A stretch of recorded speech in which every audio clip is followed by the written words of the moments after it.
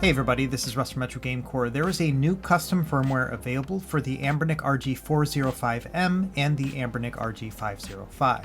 And it's called GammaOS, and that's what we'll be covering in this video here today. And we're going to cover a bunch of different topics. Number one, I'm going to show you how to install it onto your device if you happen to have one already. And then I'm going to walk you through the updated features that are available with this custom software. And by the end of this video, I think you're going to be convinced of why it's probably a good idea to switch over. Basically, all of the issues that I had from the software perspective for the RG505 and 405M have basically been fixed. For example, this operating system incorporates the custom GPU drivers that are available on the Retroid Pocket 3 Plus, which is going to give us a nice boost in performance. But in addition, there are also 3 new performance modes, and at the lowest mode, it's going to save a ton of battery life. In addition, this software update will improve the quality of your screen, and it fixes all the control issues that I had previously, so this means that basically any Android game is going to be playable on this device. In fact, the improvements here are so good, it leaves me questioning which device at this price point and power performance I like best, the RG405M or the Retroid Pocket 3 Plus. And so we'll also wrap up the video discussing that point as well. Anyway, we've got a lot of ground to cover here, and I want to try to do it as fast as possible. And so without any further delay, let's go ahead and dive in.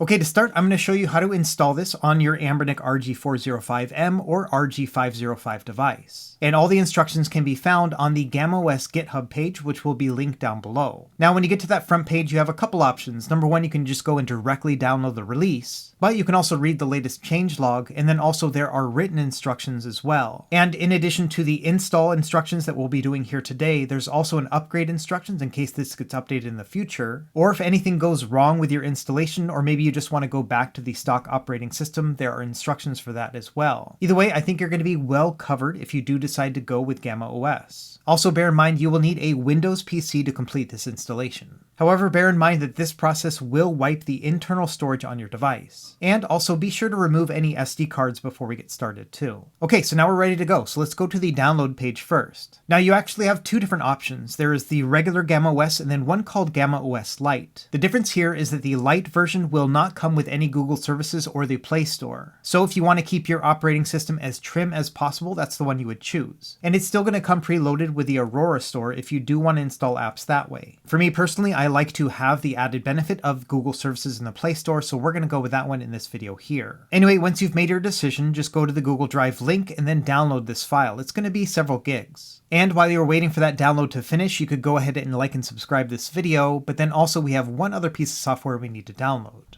To do that, we're going to go to the written instructions, again linked down below. And here we're going to find a link for ADB and Fastboot tools and drivers. So just go ahead and click on this link here. It's going to take you to a separate GitHub page. And within here, we'll go to the releases link and then download the latest release in an exe file format. And now that we have these 2 files downloaded, we're ready to start installing the necessary drivers to make sure that everything works. The first one's going to be the ADB and Fastboot drivers, so go ahead and open up that exe file, and you might get a warning here about being an unrecognized app. Just go ahead and click on More Info, and then down below, select Run Anyway. From there, it's going to ask, do you really want to open up this app? And you're going to click, yeah man, I want to do it. And so now we're in the setup window. You can go ahead and accept the agreement, and then scroll through all the prompts right here. After that, it's going to install ADB and Fastboot++. Now, once you get to this window here that says that everything is done, you want to go up and click that box that says Install Universal ADB Driver. And once you have that selected, you can go ahead and tap on the Finish button. This is going to immediately take you through another series of prompts. Just go ahead and click Next through each of these. And at one point, it is going to ask, do you really want to install it? And you know what to do. Anyway, this should only take a minute or so to actually install, and once it's done, you can close it, and you'll get these 2 command prompts showing up right here. We don't need to actually do anything with these just yet, so we can go ahead and close them out. Next, we want to install the Unisoc drivers, which are available in the GammaOS file package that we already downloaded. And this is going to be in a zip file format, so you will have to extract it first. Now you could just use the native Windows extractor if you'd like, but I'm in the habit of using 7-zip, so I'm going to use that instead. Either way, this will take a minute to extract the file because it is pretty big. It's something like 3.5 gigs. And once it's done, you should see a folder named GammaOS. That's where we're going to go inside. And within here, you'll find a subfolder called Unisoc Drivers. Go ahead and open that up and then choose the Windows version that you're using. If you're on Windows 11, you will also use Windows 10. Now, within that Windows folder, you should find one that's called dpinst64. Go ahead and open that one up. Again, you'll get another confirmation here, just go ahead and yeah man, I want to do it. Now the prompts on this are pretty simple, you're just going to hit next and then it'll take a moment and then you can press finish. And that's it, we have now installed all the drivers we need to be able to recognize our Android device when you plug it in. Just to be safe, I would recommend at this point to restart your computer. Now, while our computer is rebooting, let's go ahead and go into our device here and enable developer options. To do that, open up the settings and scroll all the way down until you find the About Handheld Game Console. Click on that and then again scroll all the way down until you see the build number. To enable developer options, what you have to do here is tap on this like 5 or 6 times. Anyway, once you finish that, it'll give you a prompt to say that you are now a developer, you didn't have to go to school or anything. And so now let's go into the developer options. We're going to go back to the main settings menu and then go into this category here called System. And here near the bottom, you're now going to see an option called Developer Options. Go ahead and click on that and then scroll about halfway down until you find something that's called USB debugging. And this is pretty easy, all you have to do is turn it on. It'll give you a confirmation window here, just go ahead and tap on OK. And that's it, those are the only settings we have to change directly on the device. We're now ready to plug this device into our computer. Now chances are you should just get a confirmation right here that says that USB debugging is connected. And if you see that prompt, you should be good to go. However, that very first time, it may ask you to allow USB debugging. If this happens to you, just go ahead and click the Always Allow and then select Allow. Now on our desktop, we should have a new app installed from the previous drivers called ADB and Fastboot++. Go ahead and double click on that to bring this up and it's going to be a command prompt window like this. And within here, you need to type these words, ADB reboot bootloader. And after that, you can press enter and it should go to the next line of the command prompt. Meanwhile, as soon as you press that enter button on the device, it should go immediately black and restart. However, this time on the bottom left, you should see some text that says fast boot mode. And if you see that, we are actually good to go to the next step. Anyway, now that our device is in fast boot mode and connected to our PC, it's time to go to a special web page. And again, this is all listed in that written guide, which I'll have linked down below. What you want to do here is once you've navigated to this page, just click on the Connect button. From there, you'll get another window pop up. Select the Fast Boot Gadget option and then click Connect again. That should make that window go away, and then you'll have the option to unlock your device. Go ahead and click on that. It'll start saying device status unlocking, and then also on your device you should see a couple different text prompts right here talking about pushing volume up and down. Just go ahead and ignore all of those. Instead, what you want to do is just tap on the home button one time. And that'll be the confirmation you need to actually start this process here. After a moment, it'll say Unlock Bootloader Success. And also on the website, it'll change from unlocking to unlocked. And here's a close-up here of what it's going to look like, and congratulations, you have now unlocked the bootloader on your Android device. Okay, for the next step to work, you have to close out of that window that we opened before. So go ahead and close out of Google Chrome, and then you should still have the ADB and Fastboot++ window up. If you did close this one as well, go ahead and open it back up. Now here we want to type these words, fastboot, reboot, fastboot. And then go ahead and press the enter button and it'll reboot your device. And it should be instantaneous, so when I press enter right here, you can see that it immediately goes and starts rebooting. When it reboots, you will see some warning text right here saying the bootloader is unlocked. And after that, you should now see the Android Fastboot menu. And once we're within here, we're ready to go back to our computer. First thing, we can close out of the ADB window right here, and we're going to go back to that GammaOS folder that we were using previously. Now at this point, we want to use one of two different batch files. It's all going to depend on which device you're using. In this video, I'm using the RG405M, but if you have an RG505, then you're going to click on that one instead. And that's the only real difference between these two devices when you go through this process. Anyway, like I mentioned, I have the 405M, so I'm going to click on that one here. When you first start it, it's going to give you a 30-second prompt right here just to make sure that you clicked on the correct device first. And so if you did accidentally click on the wrong one, this is going to be your 30-second warning to close it out. Anyway, after that's done, it's going to start the flashing process. This is going to take a while, about 5 to 10 minutes altogether. And there's really nothing you can do on your end at this point, so if you want to go grab a drink or maybe your favorite snack, this would be a great time. Anyway, once it's done, it's going to let you know that everything is complete, and then there's going to be a 60-second waiting period right here before it closes the window, and you can always close it yourself if you'd like. Anyway, once the flashing is done, we only have one more big step, so let's go ahead and do that next. And all we have to do is click on the Erase User Data batch file that's right here in the same folder. This is also a very similar process where you're going to see a bunch of text here in a command prompt window. And you may read some errors right here, just go ahead and ignore all of those. Either way, once this is done, it's going to be the same thing, a 60-second cooldown, or you could close the window yourself. And after that, we're actually done using the computer. That wasn't so hard, was it? Anyway, throughout this entire process, nothing's going to actually happen on your device. And once you're done with this process, all you have to do is just tap on the power button and it'll go into a reboot. And like I mentioned, we're done with the computer at this point, so you can unplug it if you'd like.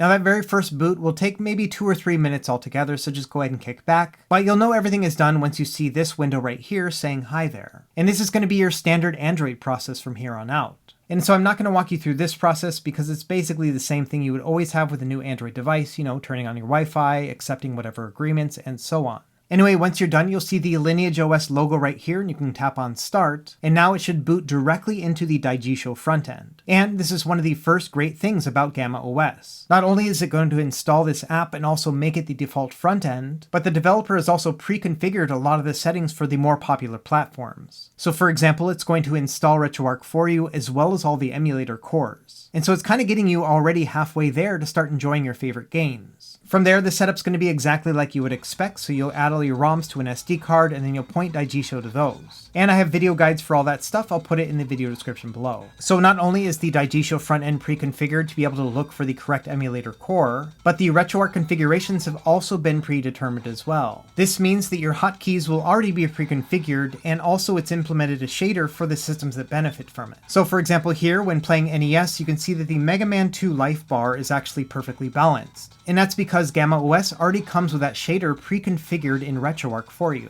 Now of course, if you want, you can always change that out and add your own shader instead, but it is pretty cool that if you don't know how to do that, it's already been done.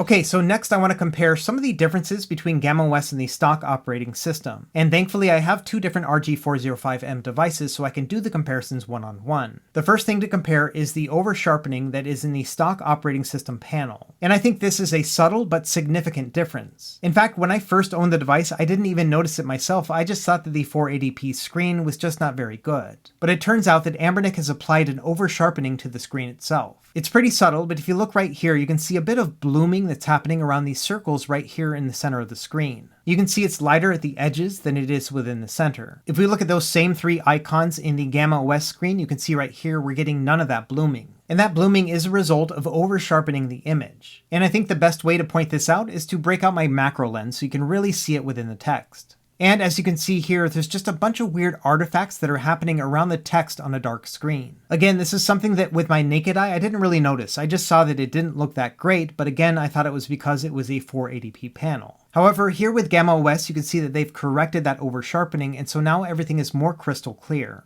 And I have found that when not using a macro lens, it also still looks very good. Either way, at least I think you can see in this example here, it is a night and day difference. And it's a little bit harder to see the difference when you're looking at lighter images like right here, but this again is with GammaOS, so everything is nice and balanced. If you look at that same text on the stock operating system, you can see there are some artifactings around the text. So again, it's a pretty subtle difference, but still pretty cool that they were able to add this. Another subtle improvement is the refresh rate on the LCD panel on the RG405M. On the stock operating system, it's running at 61.2 Hz. And if you are sensitive to things like frame pacing, this can cause issues when playing retro games. Now luckily, on GammaOS they have reset it to a standard 60 Hz, and so this should make retro games play perfectly. Now another big improvement with GammaOS are the controls. And this is enabled through a hotkey by holding L1, R1, and L3 for a few seconds. And this is going to toggle your face buttons between an Xbox or a Switch layout. For me personally, I like the Xbox A, B, and XY pattern, so that's what I'm going to use here. So this is pretty handy, but then also it saves between resets of the device, unlike on the stock operating system. In addition, all of the key mapping has been fixed, and so because of that, all these Android games will actually recognize all of the button presses correctly. For example, Diablo Immortal was a game that does not run on stock operating system, but as you can see, it's running great here within GammaOS. Another great example is going to be streaming and remote play with both Xbox and PlayStation. On the stock operating system, it would not recognize the L2 and R2 buttons at all. And those are really important buttons for most Xbox and PlayStation games today. Well, I'm happy to say that yes, the L2 and R2 are now working correctly within Xbox Cloud Streaming and other streaming apps. And probably the coolest feature is that it tricks the device into thinking it's connected to a Bluetooth controller. This means when you start up games like Call of Duty, it's going to recognize that controller and allow you to choose it. What this means is you can use native controls on this device, unlike basically any other Android device on the market. So I didn't have to do any sort of key mapping right here. It literally just recognized all of my buttons and I can use them right like that. Now, one thing that is still in the works for GammaOS is key mapping software. So for example, if you try to play a game that doesn't recognize Bluetooth controllers like Genshin Impact, that currently isn't going to work because you don't have any key mapping software. But that's also in the works, but also it's pretty cool to be able to play Call of Duty Mobile like this. This is the first time I've been able to play this game natively on an Android device like this. I can even turn on inverted controls. It's pretty awesome. And in addition, basically any other Android game that you try to play is going to work. All the controls are going to be recognized properly. And so previously, I didn't really think of the Anbernic RG405M as a device I would want to play a lot of Android games on, and this has completely changed that paradigm.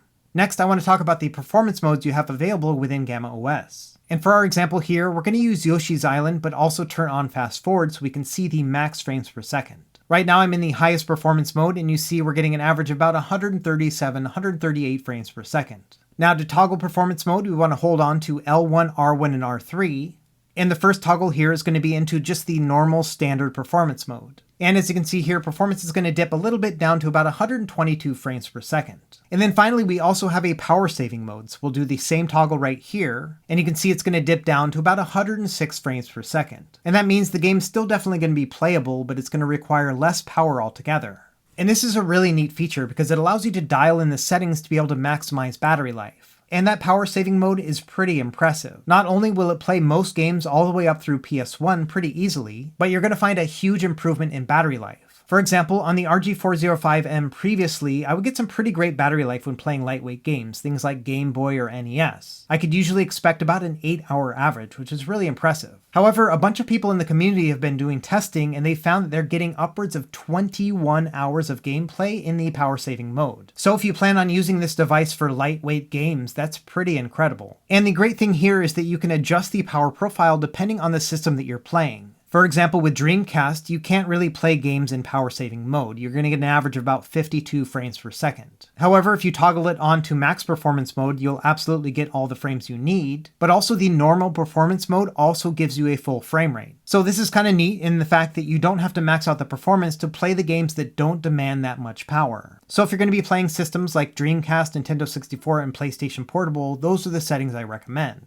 Additionally, that max performance mode is really impressive if you're trying to get the most power that you can. For example, here when playing Sega Saturn, you usually will have a lot of frame skip in the harder to run games like Die Hard Arcade. But you can see up here at the top of the screen, we're only getting a frame skip about 1 or 2 frames at any given time. And that is much better than how it was on the original stock operating system. This means you'll have a smoother gameplay experience when playing some of these harder games like Sega Saturn. In addition, when playing some of those harder to play systems, using max performance mode will give you better performance than on the stock operating system. Here's a direct comparison right here with Mario Kart Double Dash. Now here I'm using the exact same version of Dolphin, the latest development build. In addition, I've turned off VBI skip so that way we will see some stuttering on both of these devices. And finally, I am using the exact same PAL version ROM on both of these two emulators as well. And on average, I found a difference of about 3 to 5 frames per second between these two operating systems. Now, realistically, that's not a huge boost, but what I have found is those are the frames per second that really matter when playing things like GameCube and PS2. Now, all of a sudden, many of these games that used to have a little bit of stutter here and there are not really having any stutter at all. In addition, some of those games that were just a little bit too stuttery to be very playable are now a lot more playable. If anything, this reminds me a lot of the performance that you can expect on the Retroid Pocket 3 Plus. And that does make sense since GammaOS is using the updated experimental drivers from that device. Either way, yes, you will see some modest performance improvements if you try GammaOS over the stock operating system. And while 5 frames per second doesn't sound like a lot, when you're using a 50Hz game, that's a 10% improvement. And when it comes to the even harder to play systems, things like Nintendo 3DS and Nintendo Switch, I also found here that many of these games did play better than before. So really, when it comes down to it, I have found a ton of improvements with GammaOS with no real downsides other than the fact that they haven't developed a key mapper just yet. And for me, it's kind of surprising how these little changes in software performance improvements really make me like a device a lot more than before. For example, in the week that I've been testing GammaOS, I've been playing the RG405M more than ever. And that's because the software suite that's on here really does improve that experience for me. In fact, like I mentioned in the intro, I've been enjoying it so much, it's made me question which one I like better, the RG405M or the Retroid Pocket 3 Plus. Now, before this past week, I would have easily said the Retroid Pocket 3 Plus just because there's so many nice things about this device. I love the controls and the screen and the software on this little guy. However, because these two devices use the exact same chipset, I wanted to do a quick comparison between these two, especially in light of the fact that the RG405M has been greatly improved thanks to GammaOS. So here's the way I see it. If you were trying to decide between these two, there's a couple factors you have to consider. And we'll start with the Retroid Pocket 3 Plus and discuss some of the benefits that come with this device. Number one, the panel on this device is widescreen. It's a 16:9. That means if you want to play widescreen systems like PlayStation Portable or Nintendo Switch, they're going to be a better fit here. In addition, if you want to play game streaming, then the Retroid Pocket 3 Plus screen is going to be better because it's 16:9. Additionally, this screen has a higher resolution. That means you can upscale things like PlayStation 1, Dreamcast, Nintendo 64, and PSP. And so if you like having upscaled graphics, then the Retroid Pocket 3 Plus is going to be your better fit. Additionally, this device has stacked shoulders and triggers, unlike the 405M. So if you are going to be playing trigger-heavy games, something like within game streaming, that'll be a good fit too. Additionally, on the Retroid Pocket 3 Plus, the D-pad is up top, and so if you're going to be focusing on playing D-pad-centric games, that might be a more natural fit. And finally, between these two devices, only the Retroid Pocket 3 Plus is capable of video out. So if you do want to connect your device to a monitor, then the Retroid Pocket 3 Plus is going to be your only option here. Now, the Anbernic RG405M also has some nice advantages. Number one, it has a native 4:3 screen, so if you plan on playing 4:3 games, this is a really nice and authentic fit. In particular, playing something like Nintendo 64 is really fun on this little machine. Additionally, the form factor on the RG405M is a lot smaller and more pocketable, and part of that has to do with the fact that it doesn't have stacked shoulder buttons. Instead, it just kind of slides in and out of your pocket. Additionally, the RG405M has some really nice components. For example, it has a nice feeling metal shell, as well as Hall sensor analog sticks. Now, the metal version of the Retroid Pocket 3 Plus that just came out also has that option, but it will be quite a bit more expensive than these two models. It's going to be $180 before shipping and taxes. And finally, probably the biggest added benefit of GammaOS is the fact that we have this increased battery life when using it in power saving mode. So if you're looking for a device to simply play the classics, I think that the 405M is a better fit. And I love the fact that I don't have to charge this thing all the time. I think when it comes down to it, yes, GammaOS has greatly improved the RG405M, and for me, it's easily the best retro device that Anbernic has released to date. I love the fact that it feels so premium in the hand, but then is also nice and slim too. If anything, I would say that GammaOS has now improved the software experience to match the nice hardware that we have on the device itself. So when it comes down to it, yes, I've been enjoying my RG405M a lot. But I think the jury's still out whether or not I prefer this one over the Retroid Pocket 3 Plus. At the end of the day, they are both really excellent devices, and you're not going to go wrong by choosing either one or the other. It's really going to come down to your hardware preference. Do you want a wider, high-resolution screen, or would you like something smaller and more compact? Anyway, that's really about it for this video here. What do you think about GammaOS? Let me know in the comments below. As always, thank you for watching, and be sure to like and subscribe if you found this helpful, and we will see you next time. Happy gaming.